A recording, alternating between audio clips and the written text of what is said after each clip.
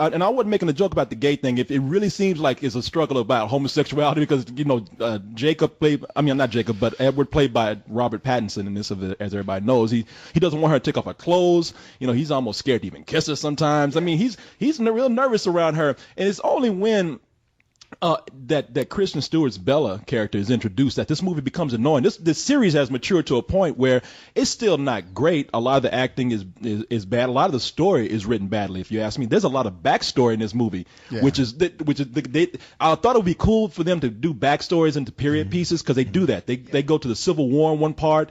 I think they go turn of the century in another part, and those things are not written all that well. No, they're filmed badly, and the dialogue is very, very hokey, which makes those scenes not that good. And as right as you guys are about that, I appreciated that they did it. Yeah. It kept it moving, and it made all those characters not just backdrop. Yeah. It made me wish that they were going more for the Anne Rice model, where it was like, let's tell a long story about what happened in the past with these more dramatic, more interesting characters, so you really get a feeling for who all these tertiary characters that we've been watching. Well, but you know what? It seemed like somebody who, at least it seems like she read Anne Rice and wanted to incorporate that. Yeah, but she was like two paragraphs. It was so half-assed. Yeah. Well, I mean, the other movies had none of that at all. Well, this movie, this like I say, with this third movie, it seems that at least the story has matured to the point where they've minimalized, not very much, but they minimalized all those parts with the Bella character, Bella Swan. I mean, she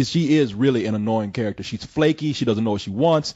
She keeps pitting these guys against each other. That's the main problem with these movies, is that even as they tend to get a little bit better or sometimes worse, I mean, you still have that one constant of a character who's not likable by any standards at all, and she's your central character. But everything else, everybody, even with somebody like what's the guy who plays Jacob? What's his name? Taylor Lautner. Taylor Lautner, yeah. Not a very strong actor, but in scenes where you don't have Bella, there are those scenes between like Robert Pattinson and him where they seem like, okay, now they're developing. They're not just like sneering at each other.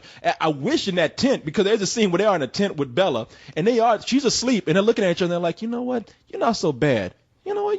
You're not so bad either. I just wish Jacob would have snapped her neck, and him and Edward would have just started making out right there. I know. She's ruining both these guys' lives. You're like, the best thing they could do is let this Victoria girl rip her to fucking shreds. Yeah, just let her go. And problem solved. That bitch started the BP oil spill. I mean, right? But you know what's good about this? You and I talked about this outside the theater.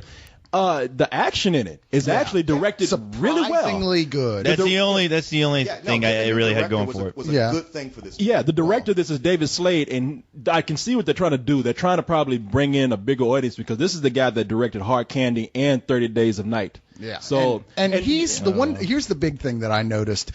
You remember in the first two films when they showed them how fast they can run? It's done kind of from a distance, and it's just totally CG. It looks like shit. It's like, wow, that's so fake. This one, he knew that looked dumb, and so he used editing and close-ups and things like that to looked give like the they were running idea on of shit running because fast. they're just floating. It's like in the last one, the werewolves looked fake. The fight scenes with them looked terrible. Here, there's a pretty sizable battle scene with the wolves and vampires, and it looks badass. Well, you know what they did in the last movie? The werewolves look terrible. They look like teddy bears. Yeah. But in this, their scenes, somebody told that computer company, like, look, there's a lot of scenes where these werewolves are gonna be in the front of the camera and in the daylight all the time. Don't fuck us like you did last time. And they look good. They looked improved. I won't say they looked great, because I thought they looked great. As soon as I honestly didn't, because when they're introduced, they still have that kind of weird cartoony look, especially in the face area. But I thought they did. Before they first appeared, I was like, oh, here we go again. Right. But the more they were on screen, especially when we got to the battle, I thought they were looking. The scene where Jacob in werewolf form next to Bella, I thought that looked cool. It did. Yeah. Well, the reason why I think you and I are seeing the same thing, but just responding to it differently, because you're saying it has a cartoony look. Mm-hmm. I don't see it as cartoony. I see that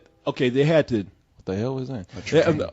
I see that they had to give these canines.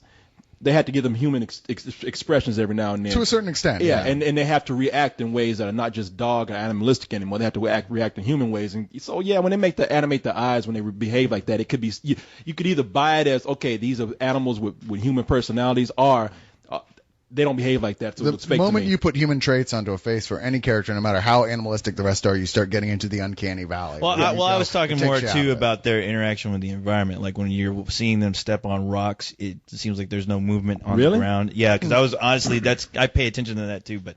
I don't want this to be I about let's wasn't looking critique for the special that, effects, but at the very least, I think we can all agree that it was a big it was step up an from the last improvement. one. Yes, Yeah. I'll give it that. And I thought the way he actually filmed the action itself. I mean, there's moments in there you're like, wow, that was a clever series Right. of sort of action choreography going on there in something you could only show in a fight with giant fucking wolves and people in the big. No, that was the battle, one you know? thing So- I have to, if I'm going to say I liked anything about this film, it's only going to be that and that alone. Because I was like, okay, now you're drawing me into something that's interesting for a guy who's really not involved in the story at all. But that's the unfortunate thing as far as the story goes. I mean, this is like as this series progresses, it's like this chick's take on the whole Beatles thing with Paul McCartney, Yoko Ono, and fucking I mean, I think that even though they develop more characters in here, the characters that we followed, they introduced some characters that they just handled them poorly. Like the newborn, the guy that they had as the newborn leading up the army.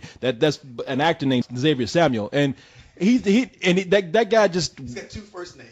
Yeah, Xavier Samuel, Jonathan Jingleheimer Schmidt. He's familiar. He's familiar though. He's that guy we've all known who's being led around by the dick by a crazy chick. Sure. We all know that guy, and that's exactly what they play him as. And it's not so much that he's developed in the movie, so much as they know we're gonna recognize this guy anyway and go, "What a schmuck." He's fucking he's Jacob and Edward, another fucking idiot with no dick. And there are jokes in this film that are very much meta or in jokes in there. Like when he tells, when they make the joke about he makes a joke about Jacob never wearing a shirt. Yeah, I bet you that was not in the original script. But you know what? Or when Bella tells Edward, or Bella tells Jacob, stay. Yeah. But you know what? Even though he's making referential jokes about how silly those movies are, I mean, honestly, these three movies still seem to me like they could have been shot by the same person, honestly. I don't think so at all. I do. Just because that storyline, it's still bad. The dialogue is still hokey. To where I'm like, there's still scenes that are in this movie where I'm like, really, dude? Did you not take a second look at this scene and see why it's laughable? The problem is, Every scene like that is in the very beginning of the movie where I was rolling my eyes and I'm just like, here we go again. Well, when the Vulture showed up at the end, I mean, those things were so kind of hokey. I was like, really? I don't know, dude. I mean, it's just so much of it that has to be adhered to the book. I mean, I'll just Yeah. go ahead and get my rating now. You know what? Eclipse last year, to me, that was a big fuck you, the worst movie of the year.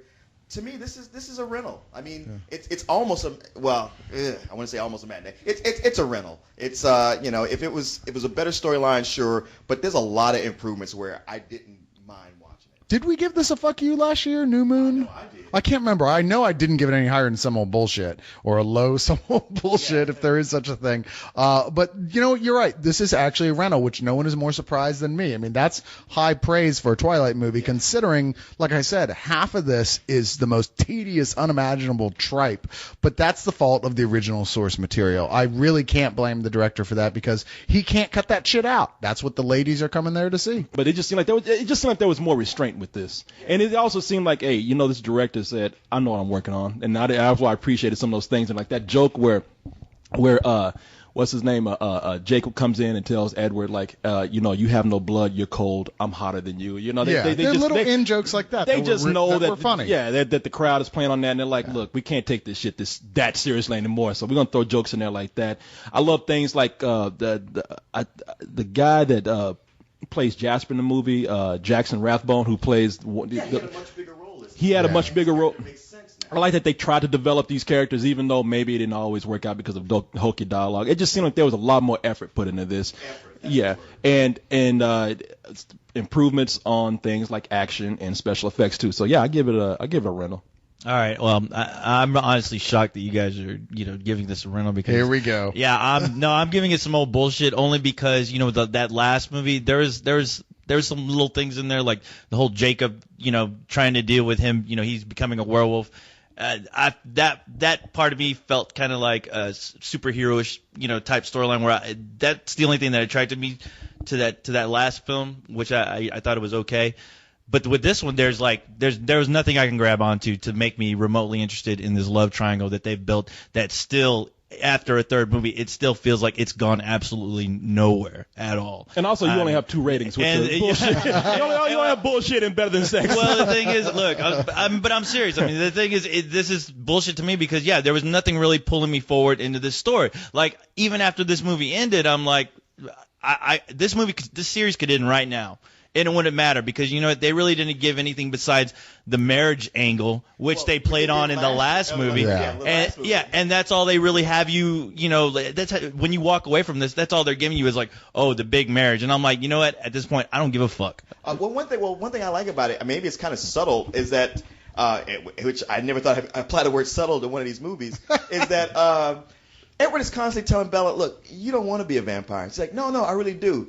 And he never comes out and says it, but the longer you watch them as vampires and what they go through, like, bitch, what's wrong with you? I'm expecting them to just go off the books and just in the last movie just say, you know what, fuck both of y'all, I'm dating Frankenstein. Yeah, right.